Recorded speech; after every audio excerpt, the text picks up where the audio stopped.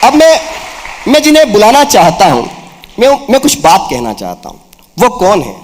वो इस देश के वो आइडल हैं, हमारे अपने हैं कि अगर आज हम कहीं भी हैं तो इसके पीछे उनकी मेहनत है। अभी कई कुछ लोगों ने कह दिया ये देश असहिष्णु है। नहीं, हमारा देश कुछ भी हो सकता है, हिंदुस्तान कभी असहिष्णु नहीं हो सकता। हमको शुक्रिया, हमको राधा और कृष्ण तब ज्यादा सुंदर लगते हैं जब फैसलाबाद में जन्मा कोई नुसरत फतेह अली खां गाता है, जब से राधा श्याम के नैन हुए हैं चार, श्याम बने हैं राधिका राधा बन गई। हमको भगवान भोलेनाथ की स्तुति तब ज्यादा मंत्रमुग्ध करती है जब गुजरात के उस्मान मीर साहब नमामि शमीसा सुनाते हैं और रामकथा मर्मज्ञ संत मोरारी बापू की आंखों से आंसू निकल आते हैं।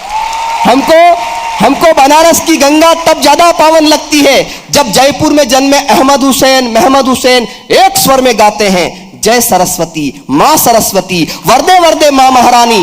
या आखिरी पंक्ति पे आपकी मोहब्बत मांगता और उन्हें बुला रहा हूं, वरदे वरदे मां महारानी। या सरहद पार से आया कोई गुलाम अली बाबा संकट मोचन के दरबार की सीढ़ियों पर बैठकर अकबर इलाहाबादी को कंठ में उतारता है, बुत हमको कहे काफिर अल्लाह की मर्जी है, तो सुनने वाले ही नहीं गंगा की लहरें तक मचल उठती है। हिंदुस्तान कभी असहिष्णु नहीं हो सकता। मैं चाहूंगा मैं उनको बुलाऊं, उससे बेहतर ये होगा बड़े शायर के लिए, बड़े कवि के लिए बड़ी तालियां कैसे बजाई जाती मुझे आपको बताने की जरूरत नहीं है। एक बार दोनों हाथ हवा में उठाकर राहत इंदौरी जी को सुने आप भरपूर मोहब्बत के साथ में।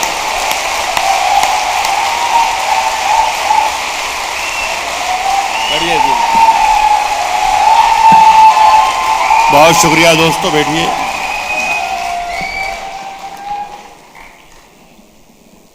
दोस्तों, सबसे पहले तो मैं दिल की गहराइयों से आईआईटी दिल्ली का शुक्रिया अदा करता हूं और साथ में अपने छोटे भाई शंकर शंभू का कि आज इतनी खूबसूरत महफिल का मुझे भी हिस्सा बनाया। या आज दिल्ली की इस महफिल में राहत इंदौरी का सम्मान नहीं है ये, बल्कि पूरे उर्दू समाज का आपने सम्मान किया है। मैं शुक्रिया अदा करता हूँ। और कुछ तीनों ने मुझे ज़्यादा बूढ़ा और बुज़ुर्ग और वरिष्ठ और वगैरह बना दिया। मैं उम्र में सब बच्चे हैं तीनों ये। इन्हें मैं ये बता दूं कि ये मेरी कुछ बीमारी और कमज़ोरी की वजह से सिर के बाल थोड़े उड़ गए हैं, बाकी पूरी मशीन काम करती है बिल्कुल।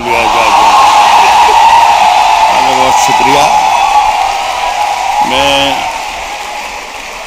शायरी के बारे में भी मैं ये बता दूं दोस्तों कि मुझे कोई गर्रा या गुरूर या घमंड या फ़ख्र नहीं है कि मैं कोई उर्दू का बहुत बड़ा शायर हूं। बस इतना ज़रूर कहना चाहता हूं, मुझे इस बात का एहसास है कि पढ़े लिखों में बोल रहा हूं, तो इस बात का मुझे एहसास है कि मैंने कोई एक 20-25 बरस तक एक यूनिवर्सिटी में गज़ल पढ़ाई है। तो मुझे इस बात की जानकारी है कि गज़ल सुनने के लिए, गज़ल सुनाने के लिए, गज़ल समझने के लिए, गज़ल समझाने के लिए आदमी को थोड़ा बहुत चरित्रहीन और बच्चलन होना पड़ता है। और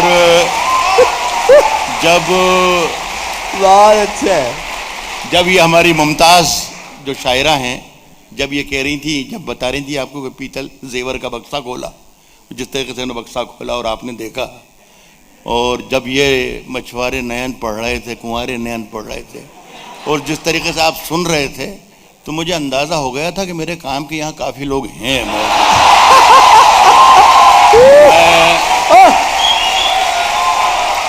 एक बात और, इससे पहले कि मैं शायरी सुनाना शुरू करूं, एक बात आपसे और बता दूं कि मैं जब तक पढ़ूंगा उसमें ज़्यादा तालियों की गुंजाइश नहीं होगी, इसलिए कि मैं जो पढ़ूंगा उसे समझने की गुंजाइश होती है, तालियों की गुंजाइश कम होती है।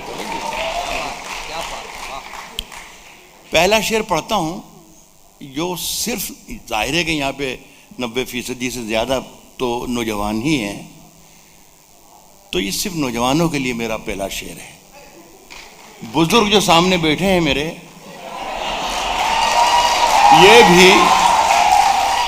ये भी मेरा ये शेर सुन सकते हैं, लेकिन ये अमल ना करें इस पर। मैं पहला शेर आप सब बच्चों के लिए पढ़ता हूं और ये आवाज देखिए, अभी उस वक्त मैं बोला ही नहीं था तो कहां से आएगी आवाज। मैं जब बोलूंगा उस वक्त आवाज जरूर आएगी। मेरा शब्द इतना सस्ता नहीं जो इसी आवाज बगैर आवाज चला जाए। ये बहुत काम का शेर है। मेरी उम्र अब कुछ 70 बरस की हो गई है, लेकिन ये मैं बता दूं आपको कि मैं कभी 20 बरस का भी था।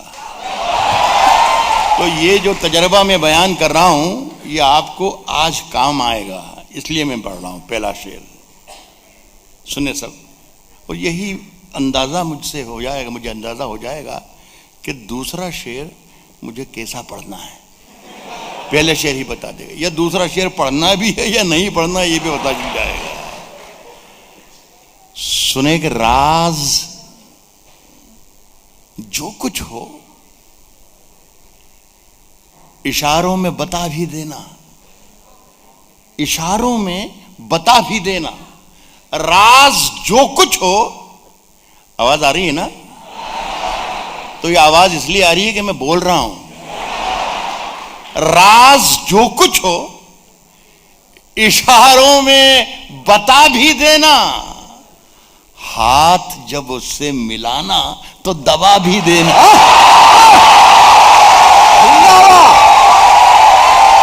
इशारों में बता भी देना। शुक्रिया आपका। मुझे अंदाजा हो गया कि दूसरा शेर मुझे कैसा पढ़ना है। आप राज जो कुछ हो इशारों में बता भी देना, हाथ जब उससे मिलाना तो दबा भी देना। दूसरा शेर भी बहुत काम का है, इसे कम मत नंबर दीजिएगा। वैसे इस खत में कोई बात नहीं है, कोई बात नहीं है, हाथ जब उससे मिलाना तो दबा भी देना। वैसे इस खत में कोई बात नहीं है, फिर भी एहतियातन इसे पढ़ लो तो जला भी देना। एहतियातन इसे, जैसे इस खत में कोई बात नहीं है फिर भी एहतियातन इसे पढ़ लो, बहुत अच्छा, जला भी देना। सुने साहब के किसने दस्तक दी? श्रीमान आप भी सुने हजरत साहब। आपको सबसे पहले मुबारकबाद पेश करना चाहिए कि आपने बच्चों को बहुत अच्छा ट्रेंड किया है।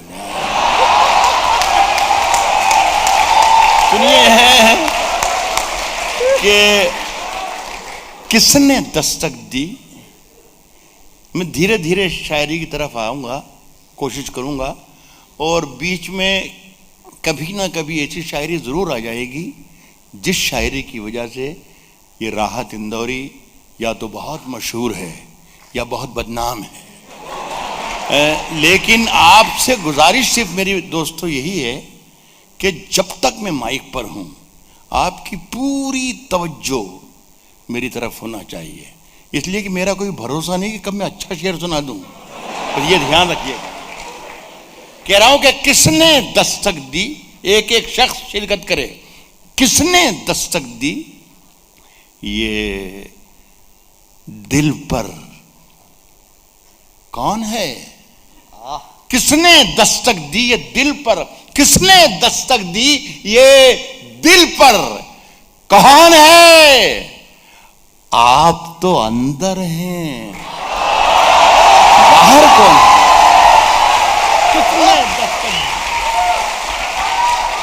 किसने दस्तक दी ये दिल पर, कौन है? आप तो अंदर हैं, बाहर कौन है? आप तो अंदर हैं। आप सबके लिए है मेरा ये शेर। आप तो अंदर हैं, बाहर कौन है?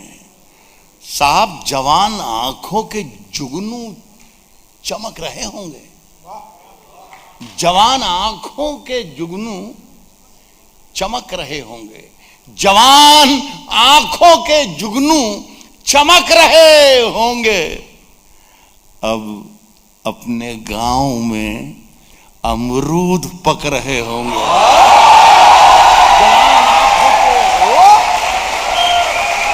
जवान आंखों के जुगनू चमक रहे हैं। सब समझ गए साहब, कमाल के बच्चे पैदा किए साहब। हर बच्चा समझ रहा कि अमरूद का मतलब क्या होता है।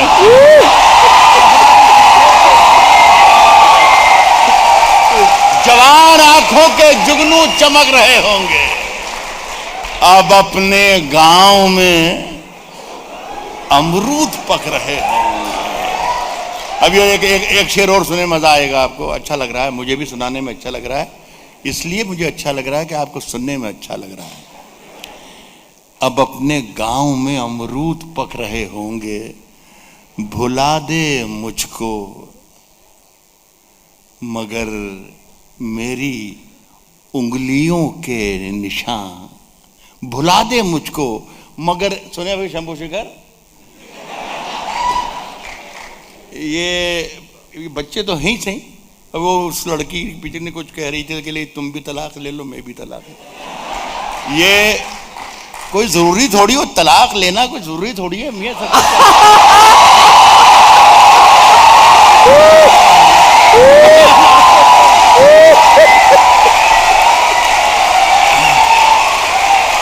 देखिए, हमारे तजर्बों पर, हमारे बताए हुए रास्तों पर और हमारे तजर्बों पर अमल करोगे तो सारी जिंदगी सुख में काटोगे। मैं ये कह रहा हूं भाई साहब, हमने सारी जिंदगी गुजार दी इश्क करने में। न शादी की जरूरत है न तलाक की जरूरत है। शेर का मजा लीजिए कि अब जवान आंखों के जुगनू चमक रहे होंगे। अब अपने गांव में अमरूद पक रहे होंगे, भुला दे मुझको, भुला दे मुझको मगर मेरी उंगलियों के निशान तेरे बदन पे अभी तक चमक रहे। मगर मेरी उंगलियों के निशान, भुला दे मुझको। अच्छा, ये एक बात बताइए, आप लोगों को ठीक लग रहा है? अभी थोड़ी देर के बाद आपको और ठीक लगेगा। भुला दे मुझको मगर मेरी उंगलियों के निशान तेरे बदन पे अभी तक चमक रहे होंगे। साहब, आग के पास कभी मोम को लाकर देखूं? ये मैं किसको सुना रहा हूं ये मुझे बताने की जरूरत नहीं, आप सब पढ़े लिखे लोग हैं। लेकिन बस ये है कि मैं थोड़ा सा शरीफ आदमी भी हूं, तो मैं खुल के नहीं बता सकता, लेकिन मुझे मालूम है कि खुल के आप खुद पहुंच जाएंगे। आग के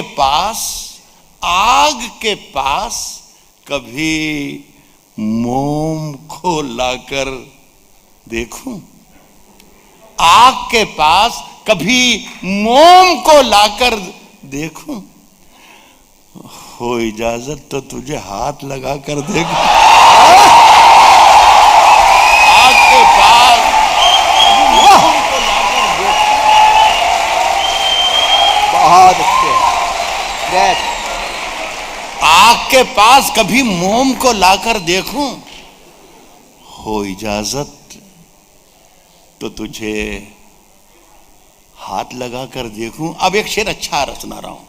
हो इजाजत तो तुझे हाथ लगाकर देखूं, मन का मंदिर बड़ा वीरान नजर आता है। आग के पास कभी मोम को लाकर देखूं, हो इजाजत तो तुझे हाथ लगाकर देखूं, मन का मंदिर बड़ा वीरान नजर आता है। सोचता हूं तेरी तस्वीर लगाकर देखूं, मन का मंदिर बड़ा वीरान नजर आता है। मन का मंदिर बड़ा वीरान नजर आता है। सोचता हूं, बहुत शुक्रिया। मुझे डर लग रहा था कि मैं अच्छा शेर पढ़ना शुरू करूं या ना करूं, पता नहीं आप कि क्या सलूक करें, लेकिन मुझे अच्छा लगा कि आप मेरी शायरी के साथ भी सफ़र कर रहे हैं। तो मेरी हिम्मत भी बढ़ी है कि मैं आपको शायरी सुनाना भी शुरू करूंगा। मन का मंदिर बड़ा वीरान नजर आता है, सोचता हूं तेरी तस्वीर लगा कर देखूं। मेरी सांसों में समाया भी बहुत लगता है, मेरी सांसों में समाया भी बहुत लगता है, और वही शख्स पराया भी बहुत लगता है। मेरी सांसों में समाया भी बहुत, मेरी सांसों में समाया भी बहुत लगता है, और वही शख्स पराया भी बहुत लगता है, और उससे प्रोफेसर साहब उससे मिलने की तमन्ना भी बहुत है। मेरी सांसों में समाया भी बहुत लगता है, और वही शख्स पराया भी बहुत लगता है, उससे मिलने की तमन्ना भी बहुत है, लेकिन आने जाने में किराया भी बहुत। मेरी सांसों में समाया भी, और वही शख्स पराया भी बहुत है।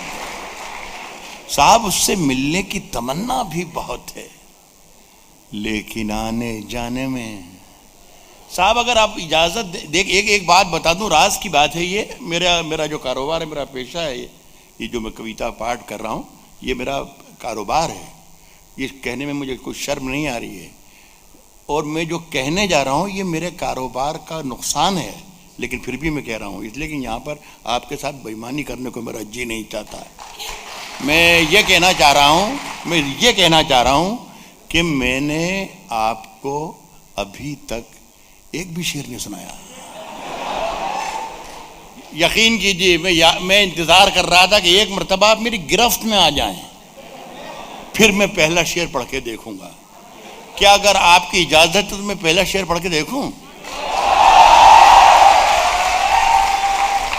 ये तय करेगा मुझे कि आगे मुझे कितनी देर आपके सामने माइक पे खड़े रहना है। मैं पहला शेर पढ़ के देखता हूं, ये शेर तय करेगा कि मुझे कितने मिनट आपके सामने माइक पे खड़े रहना है। साहब फैसला जो कुछ भी हो मंजूर होना चाहिए। एक एक शख्स मेरे साथ होना चाहिए। फैसला जो कुछ भी हो मंजूर होना चाहिए। फैसला जो कुछ भी हो मंजूर होना चाहिए। जंग हो या इश्क हो भरपूर होना चाहिए। जिंदाबाद, क्या बात है। एक बार जोरदार तालियां उठा दे हवा में। बहुत शुक्रिया, बहुत शुक्रिया।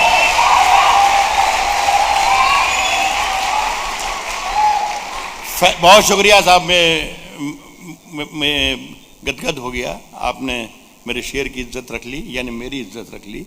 बहुत बहुत शुक्रिया। फैसला जो कुछ भी हो मंजूर होना चाहिए। जंग हो या इश्क हो भरपूर होना चाहिए। ये मैं अगला शेर जो मैं पढ़ रहा हूँ, ये हमारे वजीर आज़म यानी प्रधानमंत्री यानी prime minister mister Narendra Modi तक ये शेर पहुंचाना चाहता हूँ। हमारे कविता के मंच पर या मुशायरों के उर्दू शायरी के मंच पर जब जब उनका जिक्र करते हैं तो या तो शौचालय की बात करते हैं या चाय की बात करते हैं। नहीं, इसके अलावा भी वो एक अजीम इंसान हैं, एक बड़े लीडर हैं, और सबसे बड़ी बात तो कि हमारे प्रधानमंत्री हैं। उनसे हमें शायरी की ज़ुबान में भी अगर बात कर रहे हैं तो सलीक़े से करना चाहिए। अगर मैं सलीक़े से कुछ कह रहा हूँ नरेंद्र मोदी साहब के लिए तो मैं आपकी ताईद चाहूँगा। पहला शेर मैंने ये पढ़ा है कि फैसला जो कुछ भी हो मंजूर होना चाहिए। जंग हो या इश्क हो भरपूर होना चाहिए। अब मोदी जी आपसे दरख्वास्त है कि कट चुकी है उम्र सारी जिनकी पत्थर तोड़ते। फैसला जो कुछ भी हो मंजूर होना चाहिए। जंग हो या इश्क हो भरपूर होना चाहिए। कट चुकी है उम्र जिनकी, कम कट चुकी है उम्र सारी जिनकी पत्थर तोड़ते। अब तो इन हाथों में कोहिनूर होना चाहिए।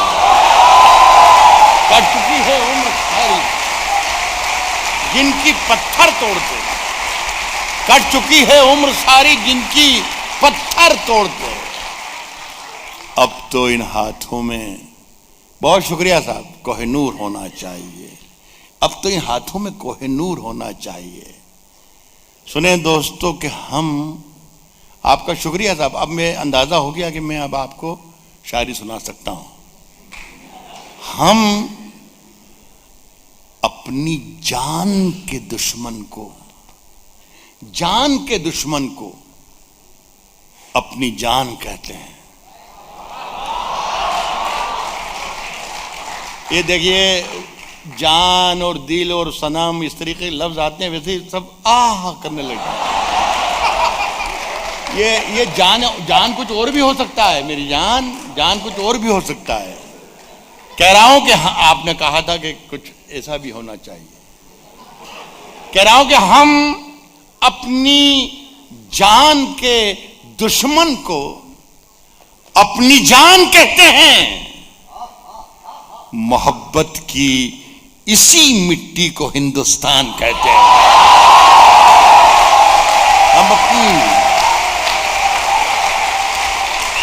हम अपनी जान के दुश्मन को, हम अपनी जान के दुश्मन को अपनी जान के, आपको मायूसी होगी ना, आप जाने क्या सोच रहे थे ना, इनकी नजर में वही 5 फुट 4 इंच वाली जान रहती है, इसके अलावा ये विशाल हिंदुस्तान भी हमारी जान ही है। हम अपनी जान के दुश्मन को अपनी जान कहते हैं। मोहब्बत की इसी मिट्टी को हिंदुस्तान कहते हैं। साहब, ये जो ये दीवार का सुराख है, साजिश का हिस्सा है। मैं हिंदुस्तानियों को, अपने अजीज हिंदुस्तानियों भाइयों को, सबको दावत दे रहा हूं शेर को समझने में से। सिर्फ गाली बकना नहीं काफ़ी होता है कि इस पाकिस्तान को गाली बक दी, इधर उसको चीन को गाली बक दी और हमने तालियां बजा ली, एक लिफाफा लिया, एक चेक लिया और घर चले गए। समाधान होना चाहिए। मोहब्बत की इसी मिट्टी को हिंदुस्तान कहते हैं। जो ये दीवार का सुराख है, साजिश का हिस्सा है, मगर हम इसको अपने घर का रोशनदान कहते हैं। तो ये दीवार का सुराख साजिश का हिस्सा है। बहुत शुक्रिया दोस्त। मैंने आपसे वादा किया था कि बीच में कहीं कहीं ऐसी शायरी जरूर आ जाएगी जिसकी वजह से राहत इंदौरी है, और आपने उसी तरीके से सुना भी। मैं आपको सलाम करता हूं, आपकी मोहब्बत करता हूं। जो ये दीवार का सुराख है, साजिश का हिस्सा है, मगर हम इसको अपने घर का रोशनदान कहते हैं। अगर ये दुश्मन ना हो तो हमारे हौसले पस्त हो जाएं। हम सब इन्हीं की वजह से जिंदा हैं। यकजहती है, मोहब्बत है, मर जाएंगे, सब कुछ कर लेंगे, खत्म करके रख देंगे। हिंदुस्तान हिंदुस्तान हिंदुस्तान जिंदाबाद। मगर हम इसको अपने घर का रोशनदान कहते हैं, जो आंखों में जो दुनिया को सुनाई दे उसे कहते हैं खामोशी। इस लाइन का मजा ले लेते, मजा आ जाता। मैंने क्या कहा है? जो दुनिया को सुनाई दे उसे कहते हैं खामोशी। जो दुनिया को सुनाई दे, जो दुनिया को सुनाई दे उसे कहते हैं खामोशी। और जो आंखों में दिखाई दे उसे तूफान कहते हैं। जो दुनिया को सुनाई, जिंदाबाद जिंदाबाद, उसे कहते हैं खामोशी। जो दुनिया को सुनाई दे उसे कहते हैं खामोशी। जो आंखों में दिखाई दे उसे तूफान कहते हैं। देखिए गजल किस तरह चैलेंज करती है, गजल किस तरह दुश्मनों को लताड़ती है, और गजल किस तरह दुश्मनों के लिए दुआ मांगती है। आप मेरे साथ हो जाना, मुझे लग जाएगा कि मेरे साथ हैं तो एक आध गजल और अच्छी सुना के जाऊंगा। सुने कि सिर्फ खंजर ही नहीं, सिर्फ खंजर ही नहीं, आंखों में पानी चाहिए, खंजर ही नहीं, सुन ले दोनों, इस्लामाबाद भी और पेकिंग भी, सिर्फ खंजर ही नहीं, आंखों में पानी चाहिए। ऐ खुदा, दुश्मन भी मुझको खानदानी चाहिए। आंखों में पानी चाहिए, सिर्फ खंजर ही नहीं। बहुत शुक्रिया, बहुत शुक्रिया, बहुत शुक्रिया। सिर्फ खंजर ही नहीं, आंखों में पानी चाहिए। ऐ खुदा, दुश्मन भी मुझको खानदानी चाहिए। मैंने अपनी खुश्क आंखों से लहू छलका दिया। एक समंदर कह रहा था मुझको पानी चाहिए। मैंने अपनी खुश्क आंखों से, मैंने अपनी खुश्क आंखों से लहू छलका दिया। मैंने अपनी खुश्क आंखों से लहू छलका दिया। एक समंदर कह रहा था। एक अचानक बीच में 1-2-3 शेर याद आ गए, गजल पर पहुंच जाओ। कितनी 2-3 मिनट, 4 मिनट है मेरे पास? नहीं, समय तो शंभू शेखर से ही पूछना पड़ेगा। वो कहेगा साहब ये इतने टाइम के पैसे थोड़ी दिए थे आपको। मैं दोस्तों ये अचानक बीच में 2-3 शेर याद आ गए, इसलिए कि मैंने आपसे एक जुमला बीच में कहा था कि आप इतने ईमानदार और शरीफ लोग हैं कि आपके साथ बेईमानी करने को जी नहीं चाहता, वरना मुझे ताली बजाने के बहुत तरीके याद हैं, आप वाह वाह करवा लूँ जो बहुत, लेकिन इतने अच्छे लोग आप हैं कि मैं बीच में कुछ शेर याद आ गए तो मैं सुना रहा हूँ। ये हमारे मुल्क के एक बहुत ही जिम्मेदार रहनुमा हैं, लीडर हैं, उनका नाम है राजनाथ सिंह साहब। नहीं, यकीनन इसमें कोई मैं तर्ज नहीं करता हूँ, मुझे वो याद नहीं, मैं विरस का आदमी भी नहीं हूँ और सिर्फ ताली बजाने के लिए किसी का नाम ले लो ऐसा भी नहीं। वो अक्सर ये बयान देते रहते हैं कि हमें अपने पड़ोसी मुल्कों के साथ रिश्ते कायम रखना है, उनसे डायलॉग करना है, उनसे बातचीत करना है, हमें दोस्ताना बढ़ाना है और दोस्ती करना भी। तो मैं अक्सर पढ़ता रहता हूँ अखबारात में, बयान मीडिया में सुनता रहता हूँ। गाज़ियाबाद में एक मरतबा उनसे मेरी मुलाकात हो गई, तो मैंने उनके सामने, पब्लिक के सामने ये कहा कि आप ज़रूर बात कीजिए, ज़रूर डायलॉग कीजिए, लेकिन बात करने का थोड़ा सा तरीक़ा बदल लीजिए। अगर आप तरीक़ा बदल देंगे तो शायद बहुत से मुश्किलों के हल निकल आएंगे। तो वहीं मंच से मुझे किसी ने, एक दोस्त ने कहा कि आप बता दें कि क्या तरीक़ा होना चाहिए। तो मैंने वहीं पर एक शेर सुनाया। अगर वो तरीक़ा मैंने सही बताया हो तो मैं आपकी ज़ुबानी सुनना चाहूँगा कि हाँ राहत इंदौरी, आपने तरीक़ा जो बताया ये सही तरीक़ा है। वो मैंने ये सुनाया है कि जो तौर है दुनिया, तौर कहते हैं तरीक़े को, जो तौर है दुनिया का, जो तौर है दुनिया का, जो तौर है दुनिया का, उसी तौर से बोलो। जो तौर है दुनिया का, जो तौर है दुनिया का, उसी तौर से बोलो। जो तौर है दुनिया का, उसी तौर से बोलो। बहरों का इलाका है, जरा जोर से बोले। जो तौर है दुनिया का, जो तौर है दुनिया का, उसी तौर से बोलो। बहरों का इलाका है। ये सही तरीका है कि नहीं है? जरा जोर से बोलो। साहब, लड़की हमारी बेटी है ये मुमताज, इसने ये कह रहा था कि मैंने पाकिस्तानी को कहा कि मेरे अजीजों, मैं भी कुछ ऐसे ही कुछ कह रहा हूं। जो तौर है दुनिया का उसी तौर से बोलो। बहरों का इलाका है, जरा जोर से बोलो। साहब, दिल्ली में हम ही बोला करें अमन की बोली, दिल्ली में हम ही बोला करें अमन की बोली। यारो, कभी तुम लोग भी लाहौर से बोलो।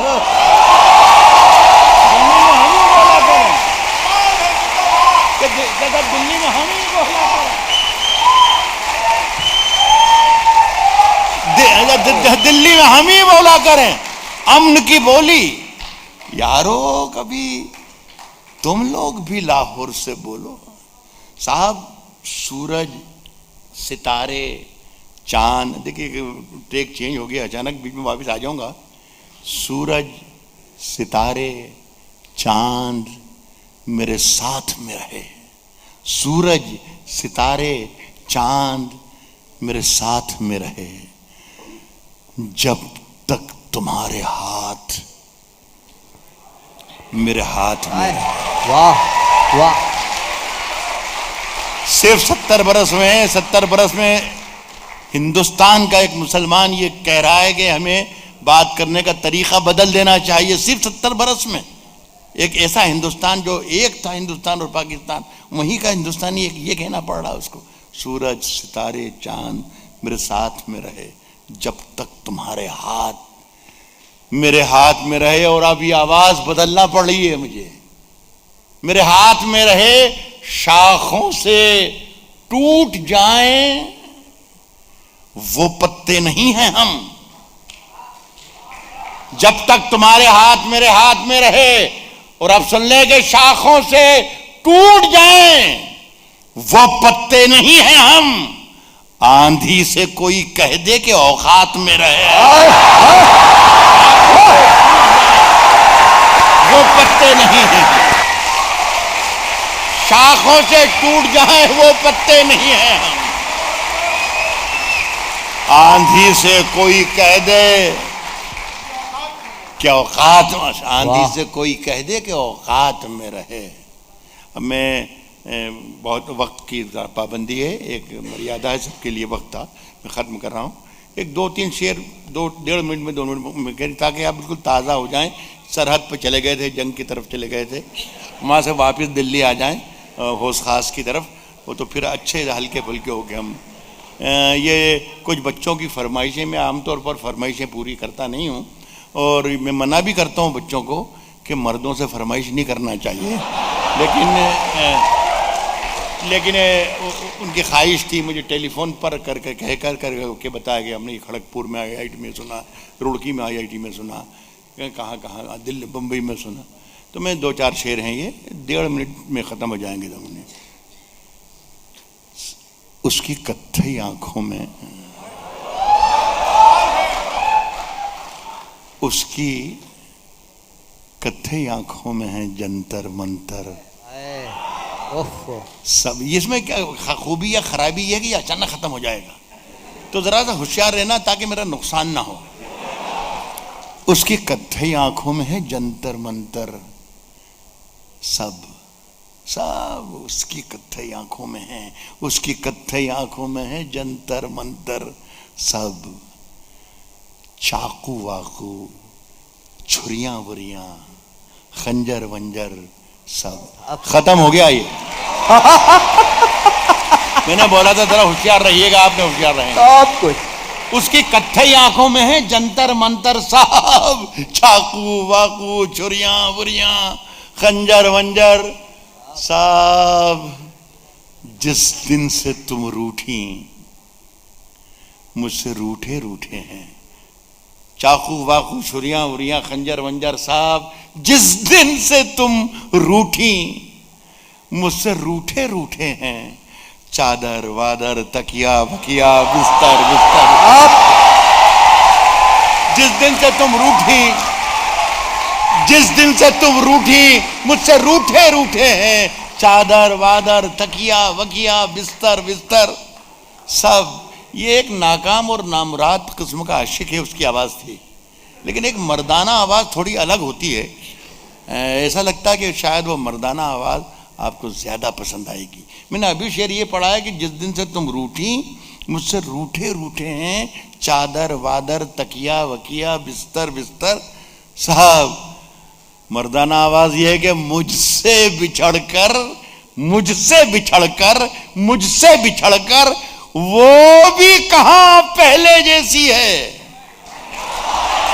मुझसे बिछड़कर, मुझसे बिछड़कर वो भी कहां अब पहले जैसी है। फीके पड़ गए कपड़े वपड़े जेवर वेवर। जिंदाबाद।